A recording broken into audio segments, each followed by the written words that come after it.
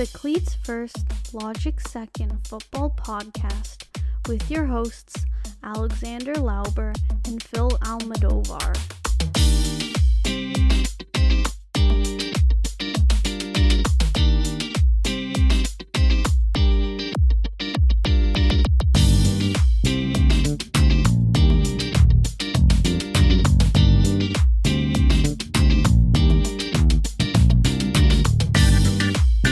Ladies and gentlemen, welcome to the very first inaugural episode of the Cleats First, Logic Second football podcast.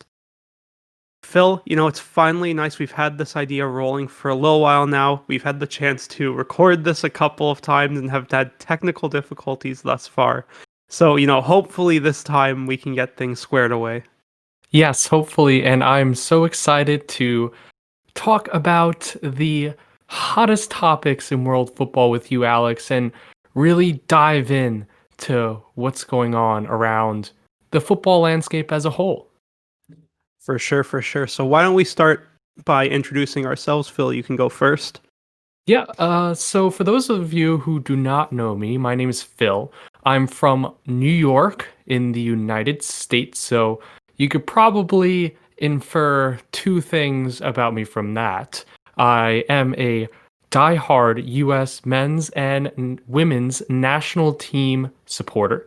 I also support my quote-unquote local club in the New York Red Bulls. NYCFC was not around when I started watching MLS.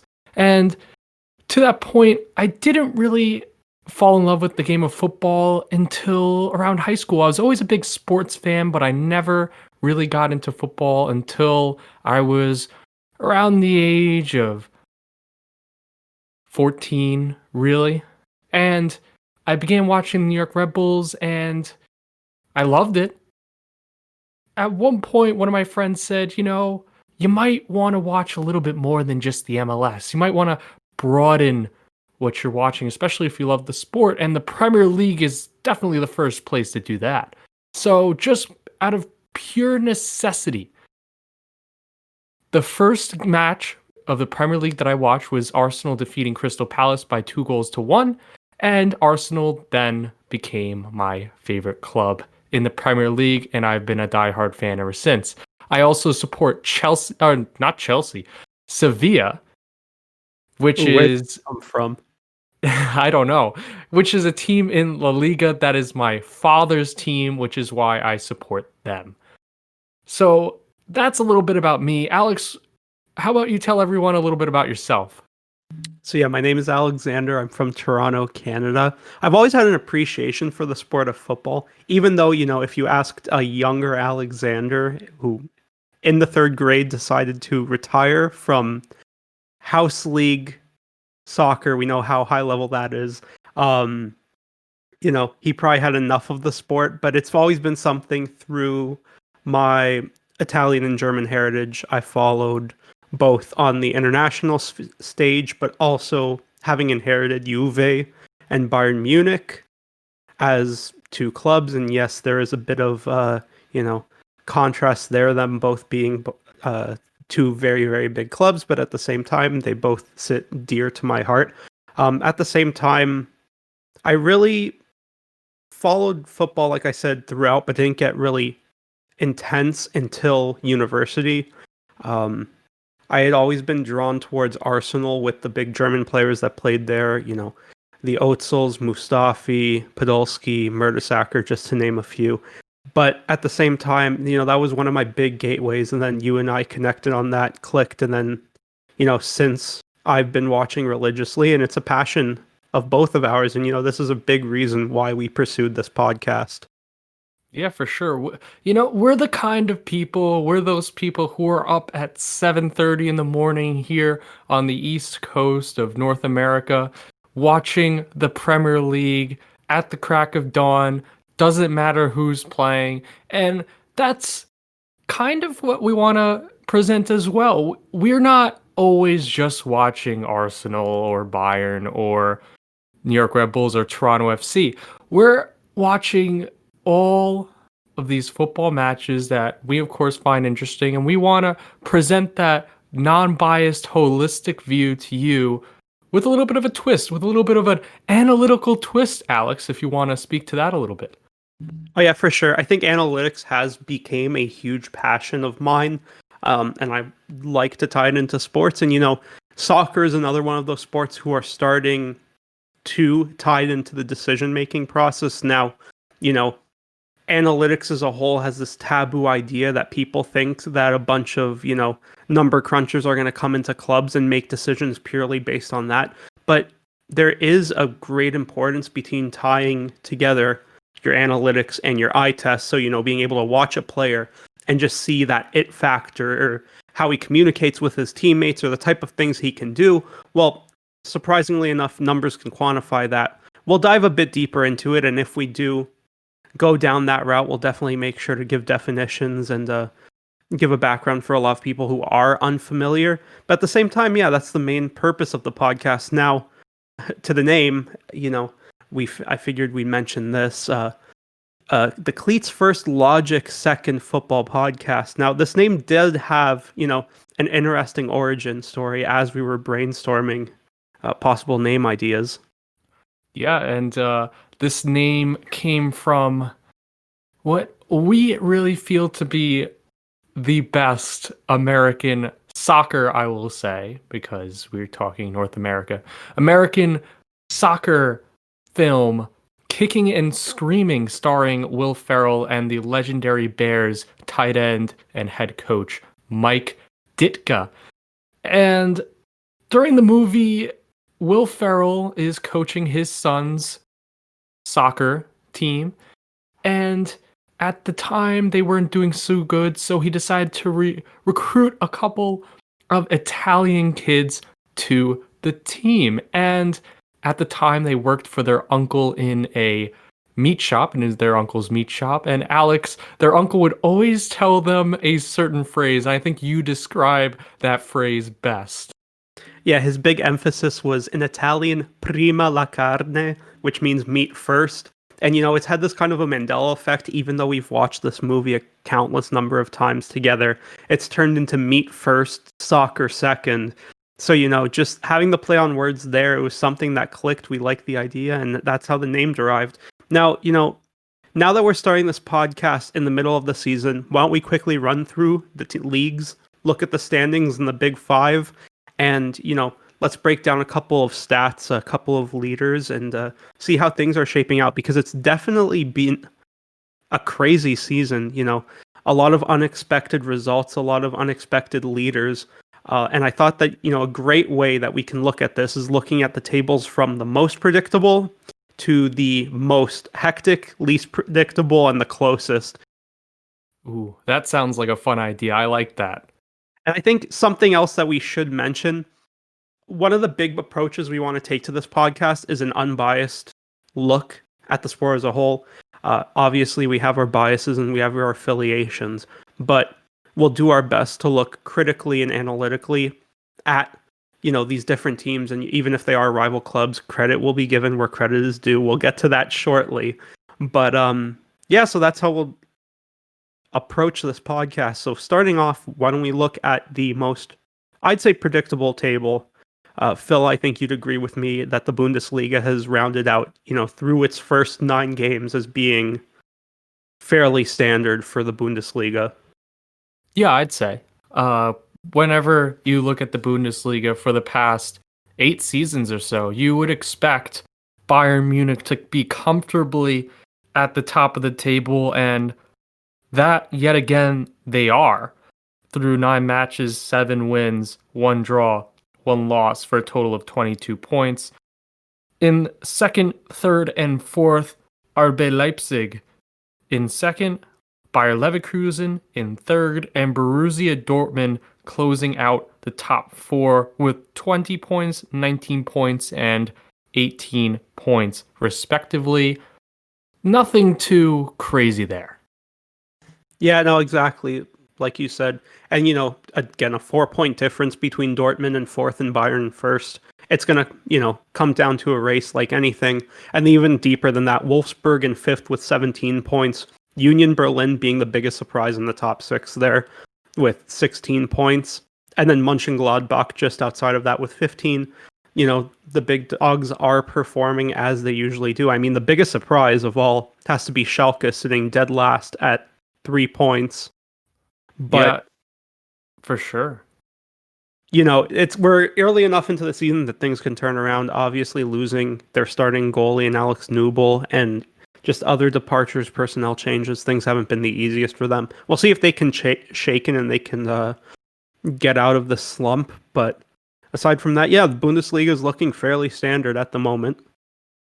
Yep, just as everyone would have expected. And to go into the next most expected, I think we need to turn our glances to France, Ligue 1.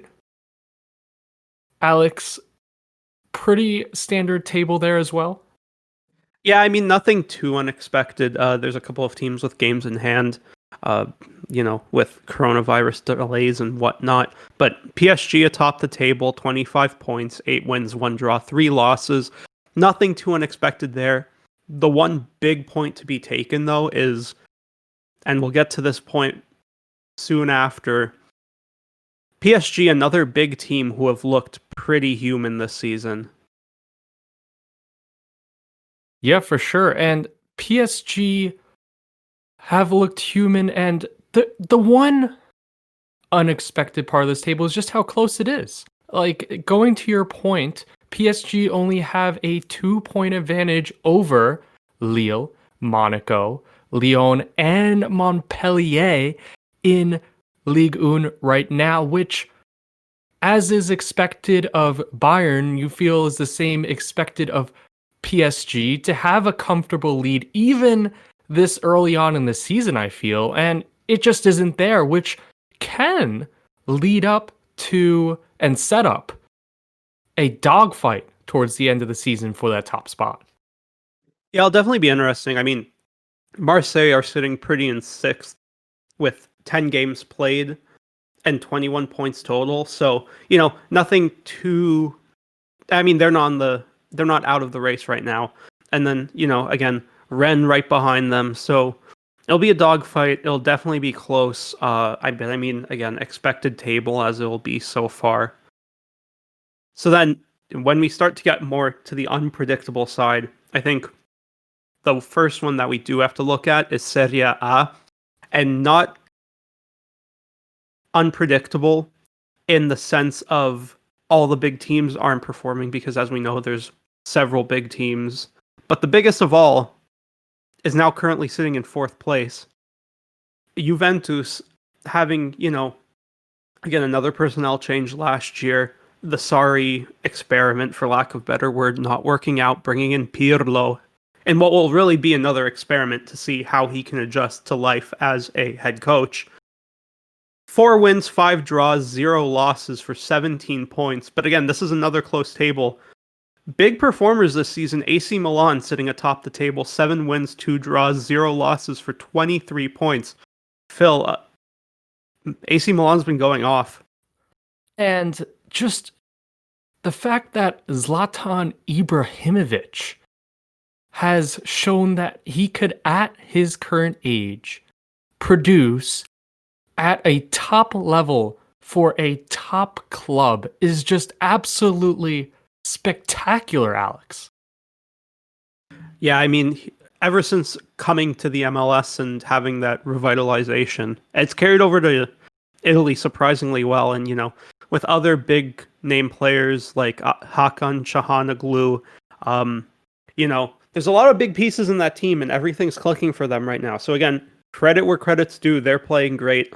Inter Milan and Sassuolo being the big surprise in the top 4 there, sitting in 2nd and 3rd respectively. 18 points apiece, same record of 5 wins, 3 draws, 1 loss, separated by a goal differential of 2. Inter 10 goal differential, and Sassuolo a +8 goal differential. Sassuolo surprising there with their form, but then even the outside of the top 4, Napoli, Roma, Hellas Verona, Atalanta, Lazio. I mean, top 9, nothing too surprising there. And again, even from 1 to 6. There's a 6-point difference. So again, as we usually see in Italy, and with Juve being, even though they haven't lost, showing their inability to capitalize on what should be gimme games, it'll definitely be interesting to see how that season progresses. Absolutely, for sure. And Sassuolo, in a great run of form, finally getting their first defeat of the season this past week. Can they keep it up, of course, is the question. Now, moving on into the unexpected. Those two really divisions where we didn't think they'd turn out the way they have so far. Alex, we've had a little bit of a disagreement on which is more unexpected, the Premier League or La Liga, but let's talk about it. Let's talk about what's going on in both of those leagues.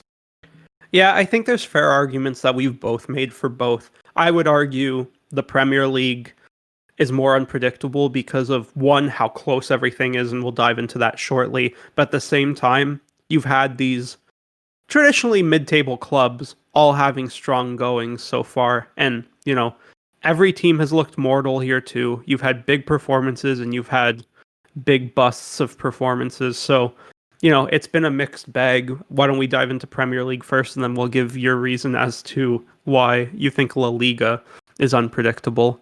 But Sure. yeah, so if we take a little look at the Premier League table, Spurs sitting atop, 6 wins, 3 draws, 1 loss for 21 points. Again, credit where's credit's due. Jose Mourinho has gotten the most out of his club. He's had, big performances by the big players. Heung-min Son having a career season. I mean, we both highly rate him, and he's been going off. Harry Kane, another one. He's fit, he's in form, and he's, being a phenomenal piece to the puzzle. And shortly after that, like we said, Liverpool in second, 6 wins, 3 draws, 1 loss for 21 points as well. Chelsea in third, 5 wins, 4 draws, 1 loss, 19 points. And Leicester in fourth with 18 points, 6 wins and 4 losses. I mean, if you look at the top 4, nothing is really that unexpected. Yeah, I mean, like I said, as much as it pains me to say it, Tottenham Hotspur, all credit to Jose Mourinho to really get the best out of that squad up atop the table. Liverpool and Chelsea, I feel like we both expected to be there as well, and as much as Leicester City in fourth, we expected them to be in the mix. What really is unexpected is what comes after, Alex. Southampton, Wolves, and Everton. Well, and don't forget about West Ham. Again, and that's all really close. I mean, mind you, Everton and Wolves are all 4 points off of top. Look at what's going on with Manchester United as well. I mean, the crazy thing to think, Arsenal and Crystal Palace are closer to the top 4 than they are to the relegation zone. Being 7 points out of relegation, but only 6 from the top 4. Yeah, and Or 5, I should say. I think that just speaks to the fact that every game now is important, and if one of those teams could get a run of form, whether that be Manchester City, Manchester United, or Arsenal, the bigger teams lower in the table, while some of the towards the top, Southampton, Aston Villa, begin to struggle, it could be the difference between one of those clubs finishing 5th and finishing 12th. Yeah, it'll definitely be interesting to see how this progresses, and it'll be a dogfight to the end. But, we'll have to wait it out, see how teams, shake off bad performances and shake off bad runs of form, or if they can shake it off at all. So from here, why don't we move on to La Liga? And Phil, why would you argue that La Liga is the most unpredictable table as of now?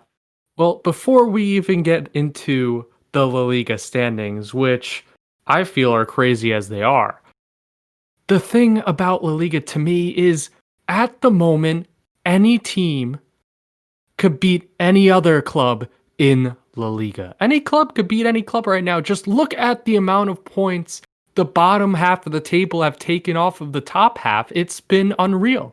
You have teams such as Real Madrid and Barcelona dropping points to Cadiz and Alaves, while you have clubs like Alaves, Cadiz, Granada stealing points off of those top clubs in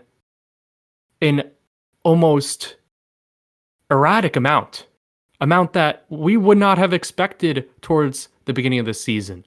And it makes every game in this league unpredictable. You don't know what's going to happen, and it makes games like Barcelona versus Osasuna must-win games for Barcelona. You would never say in the past decade, oh, Barcelona versus Osasuna, that's a must-win game for Barcelona. And this year it is. So every game of the utmost importance for these bigger clubs as we start to get into the meat and bones of the season, Alex. And yeah, credit where credit is due. Atleti still undefeated with 2 games in hand to the rest of the table. They're sitting in second, 1 point back of first place Real Sociedad. Real Sociedad having 24 points, Atleti having 23. I mean, their run of form has been phenomenal. Sociedad, again, credit where credit's due. They've been playing great. And like you said, I mean, the biggest thing is these big clubs are looking mortal, and they're dropping points to teams that should be gimmies.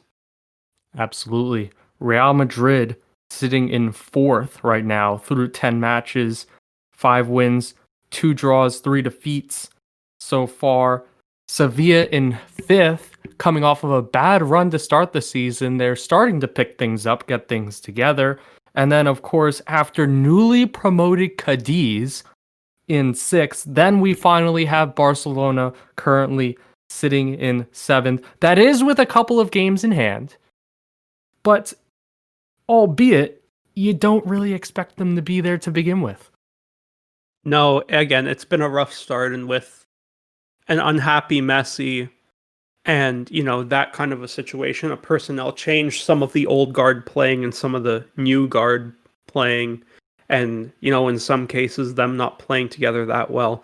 It's definitely been an interesting run of events. We'll see if they can get their form back in check. Like you said, you wouldn't think that Barcelona versus Osasuna would regularly be that big or that important of a game because we'd all write it off as a gimme to Barcelona. But, that 4-0 performance last weekend was huge for them. And it'll be interesting to see moving forward if Real Madrid, Barcelona can get things together, or if teams like Sociedad and Atleti, who keep up a top run of form, can sit up top the table. Absolutely. We'll have to see what is going to happen in the coming weeks. Now, let's dive into more of the individual game. Alex, I know you wanted to present some statistics, some player stats that we could look into, maybe that could explain some of their club's success? I mean, we'll start looking at some, more basic statistics. Well, look, let's start off again, pure and simply at goals. If you look at the top 5 goal scorers in the big 5 European leagues, no real surprises here. Robert Lewandowski, one of the, if not the most proficient striker in the world, 12 goals, no big surprise there. Zlatan Ibrahimovic, Erling Haaland, and Dominic Calvert-Lewin sitting in 2nd, 3rd, and 4th with 10 goals apiece. Again, Zlatan surprising because of the wonderful run of form he's been having. Erling Haaland, nothing too surprising there. We all know what a big future he has ahead of him. And Dominic Calvert-Lewin, I think we've always rated him, but at the same time, this has been a breakout season for him, and Carlos Ancelotti has put a team on the field that brings out the best of DCL. Yeah, absolutely. And all credit to Dominic Calvert-Lewin. I think we all expected something for him at some point to really come out and become that true number 9 that Everton needed. And all props to him for doing just that. Yeah, no, for sure. And if we look right underneath that in 5th, place, Kylian Mbappe and Heung-min Son are tied with 9 goals. So again, nothing too surprising in the goals. Now, if we do look at efficiency, and a way that we can quantify the efficiency of goal scoring is through goals scored per 90 minutes. So taking their goal total divided by the number of 90s that they've played. Is it too surprising to see that CR7 Cristiano Ronaldo jumps to the top of that list with 1.89 goals per 90? Well, this is an interesting stat taking time into account, and CR7 hasn't had as much time on the pitch as some of these other attacking forwards, only playing 5 matches through, of course, battling with and thankfully surviving from the COVID-19 virus. However, we do expect efficiency from Ronaldo, and that's what he's brought to us this season. No, that's for sure. And if we look underneath Ronaldo, Robert Lewandowski, Zlatan Ibrahimovic tied with 1.7 goals per 90. Nothing too surprising there. Andre Kramaric, of all people, in 4th place, 1.41 goals per 90 for Hoffenheim. And then Erling Haaland and Kylian Mbappe tied in 5th for 1.38 goals per 90. Nothing too surprising there, except for Kramaric. But I mean, again, credit to them. They've all been having good runs of form. Yeah, for sure. For sure. And again, large number of class players in that list. Now, if we want to jump over to another, big stat, we can look at shot creating actions and goal creating actions, and then, look at that stat per 90 minutes to show that efficiency. So just to give a definition to shot creating actions, they're the 2 offensive actions directly leading to a shot, such as passes, dribbles, and drawing fouls.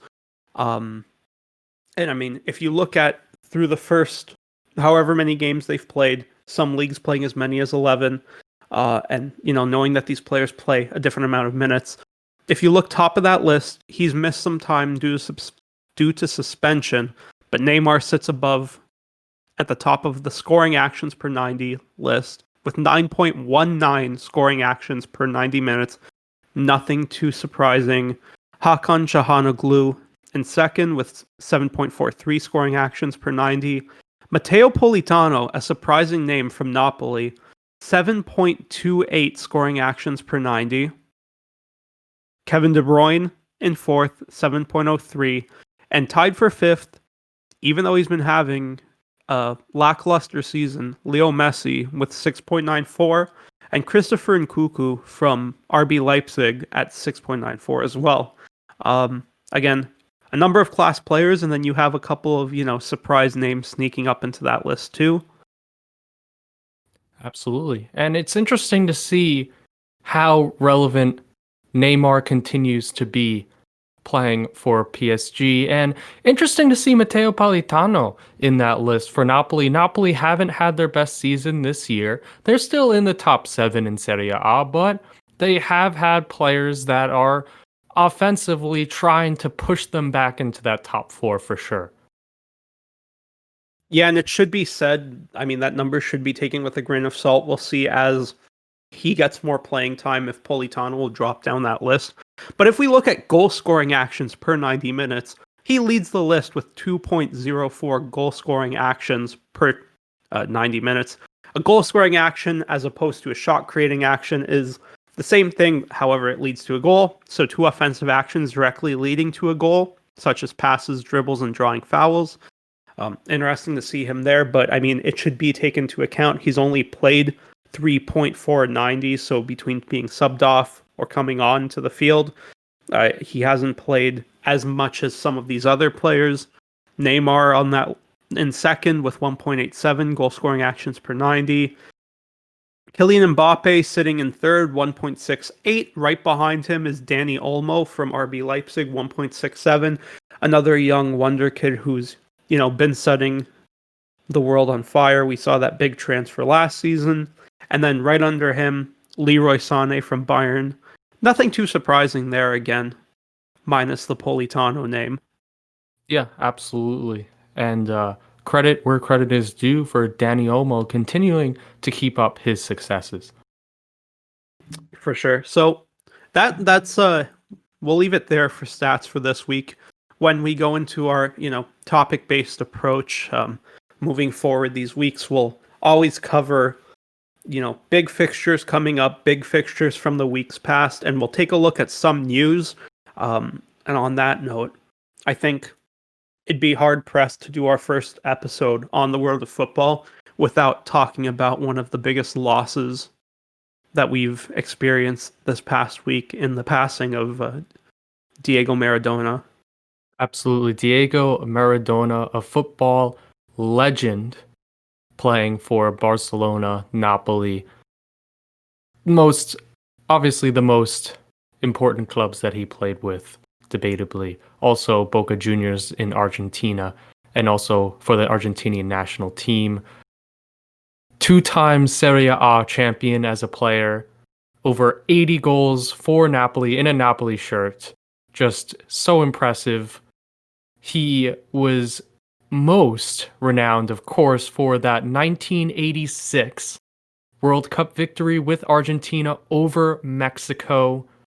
Of course, in that World Cup, I bet everyone who was able to watch it live remembers that goal he scored against England. Absolutely electrifying. And, of course, his passion for soccer off the pitch, Alex, knew no bounds as well. Yeah, no, for sure. I mean, you can definitely say he was one of the most polarizing figures in the sport, but whether you loved him or hated him, everyone respected him for, the skill that he showed in being one of the greatest football players that we'll ever see.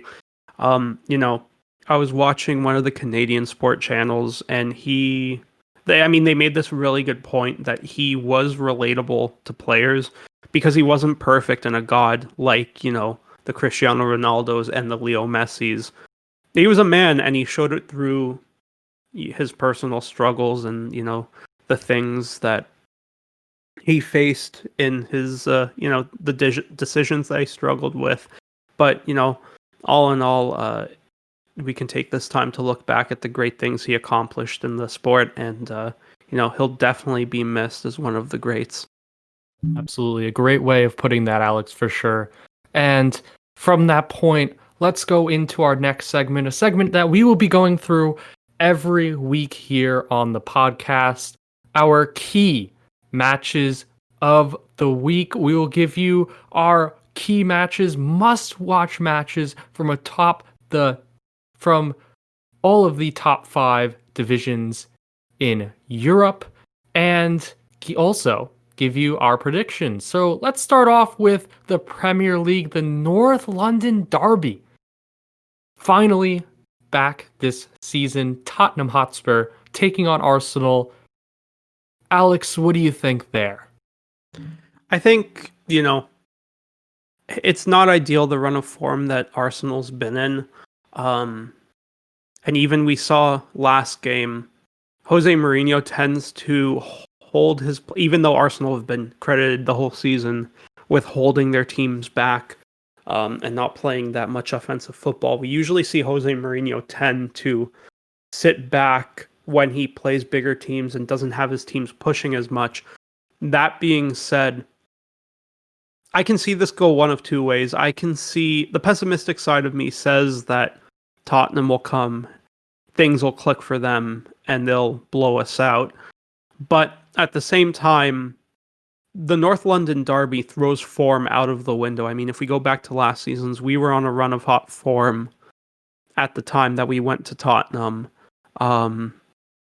And they were on a bit of a slide, and they showed up big that game. So, for those reasons, I will conservatively give Arsenal a 2-1 win. However, like I said, the pessimistic side of me can see this game going a whole nother direction. Yeah, and as an Arsenal supporter myself, I'd love to say Arsenal get the win, but I'm going to take a little bit of a more, I feel like, realistic on my end view in the fact that I could see this game turning into almost like last weekend's game between Tottenham and Chelsea, a defensive duel between Jose Mourinho and Mikel Arteta on the sidelines. And from that, I think if Arsenal could get a quick goal, almost like they did against Wolves, this game could end in a 1-1 stalemate, and that's how I'm going to predict it. And going forward, let's jump next into the Bundesliga. High-flying Bayern Munich take on RB Leipzig. Interesting matchup there, Alex. Do Bayern Munich keep it going? Yeah, I think it's hard pressed to say that Bayern will lose this run of form, especially with the squads that they're fielding in the Bundesliga. Leipzig's shown in European play that they can be shaky defensively. I mean, they have a phenomenal pair of, running the center backs, but at the same time, I don't see Bayern stopping. I can see this game being a blowout win for Bayern, and for that reason, I'll predict Bayern 4, RB Leipzig 0. Yeah, I completely agree. I think Bayern are going to dominate this game, dominate this match through and through. Leipzig, this isn't the same Leipzig team that had Timo Werner last season. This is a different squad. They'll still be towards the top of the Bundesliga table, but are no match for the Giants of Bayern Munich. I see Bayern winning by a scoreline of 5-0. I'll one-up you there, Alex. And going into the Serie A, Alex, the derby this weekend, Juve versus Torino. Yeah, the Derby della Mole, the Turin derby. Torino not having the greatest start.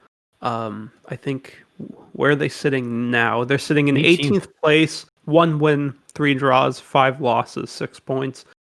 With the current run of form, just for Torino alone, you'd look at this game and you'd say Juve is going to come in and absolutely obliterate them. But Juve have been leaving points on the table against, again, games that should be gimme wins for them. But I still think that this can be a turning point for them to get over that hump of, having these big first halves or even scoring the first goal and getting on the upper foot, but then letting things slip and not being able to pick it back up. For that reason, I will conservatively say Juve win 3-0. But again, the way that they've been playing, there's a certain level of skepticism I have, but we'll see how it goes. Yeah, absolutely. And Torino is starting to get a little bit into desperation mode. Time to hit that panic button just a little bit. 18th place. You don't really expect the side from Turin to be there at this point of the season. Definitely a rough start. Andrea Belotti has to get himself back on track. I think they're going to make this match entertaining. Juve still get the victory for me, but it's a bit closer. I'm going to say 3-2, the score line. And how about a match, Alex, that not everyone will wake up and say that they're excited or really gotta watch? From Ligue 1, kind of a match that might be slipped under the carpet a little bit, but should be a good and interesting one to watch. Lille versus Monaco. Yeah, it'll definitely be interesting to see how both of these teams fire, both being and fighting for top positions in the table. I think both teams will come out firing. However, I feel that Lille has players that have yet to fully find themselves in Ligue 1 and at the same time haven't hit their peak, where Monaco, on the other hand, they're used to being this team who develop young players. But it seems now, and as of the last couple of years, really since selling Mbappe, that they've been relying more on older players. I mean, again, credit to both of them. They've both been on phenomenal form in the league. But I can see Lille coming out of this game with a 3-2 win. Yeah, I'm going to say a little bit more of a gap between these two. I like the young team that Lille is fielding with Jonathan David, Renato Sanchez, some names that are familiar, but not everyone, not really household names at the moment, that are stealing the show for the French side. I'm going to go Lille 3, Monaco 1 in this match. And I think going into the last one, maybe the most interesting. Real Madrid in 4th place in La Liga taking on Sevilla in 5th. Alex, is there any chance of an upset here? Yeah, I think of all times to look at this game, and I think it wouldn't be fair most seasons to say that this is that big of an upset. I think we have seen bigger upsets this season, and we will see bigger upsets, and I don't think Sevilla, it's out of the question for them to upset, a team like Real Madrid or Barcelona. But at the same time, Real Madrid have to turn around their form, and I don't see this being a game for them to do so. So for that reason alone, I am going to say that Sevilla pick up a tight and what will be a close and competitive 2-1 win. Alex, you took the scoreline right out of my mouth. I'm going to also go 2-1 to Sevilla, and for this reason. Sevilla have been in a much better run of form ever since they lost to Granada back in match day. I believe it was somewhere early match day 5 or 6. They picked up an awful defeat to Granada, seemingly the low point of the season so far for Sevilla. They've picked up the pieces since, and I think part of it goes to the fact that they had a great run in Champions League so far. I think that's starting to translate to La Liga now as well. Real Madrid dropping points in both competitions across the board in the past couple of weeks. It just hasn't been there offensively, and now with Eden Hazard out, it's only going to get harder for the team from the Spanish capital to compete in La Liga. I think Sevilla, though it may be a close game, close match, Sevilla will come out on top. Yeah, so that rounds out our predictions of what we have deemed the biggest matches of the coming week. We'll revisit our scoreline, see how our predictions fared on the coming episode, and we'll really start diving into topics on the next episode. Again, both being in North America, I don't think that there's a better way to start than previewing the MLS Cup final, which is currently in the process of being decided who will play. Still have a couple of conference semifinals to play, and then the conference finals on the weekend. So we'll do that. We'll do a little bit of a post-mortem for the teams that got knocked out in the playoffs, see what went right, what went wrong, and see how we'll, kind of predict how their next season or what kind of moves they'll need to make in order to, better themselves for the following season. But that's it for the first episode. Phil, we made it through. We survived. Hopefully there won't be any more technical difficulties. Fingers crossed.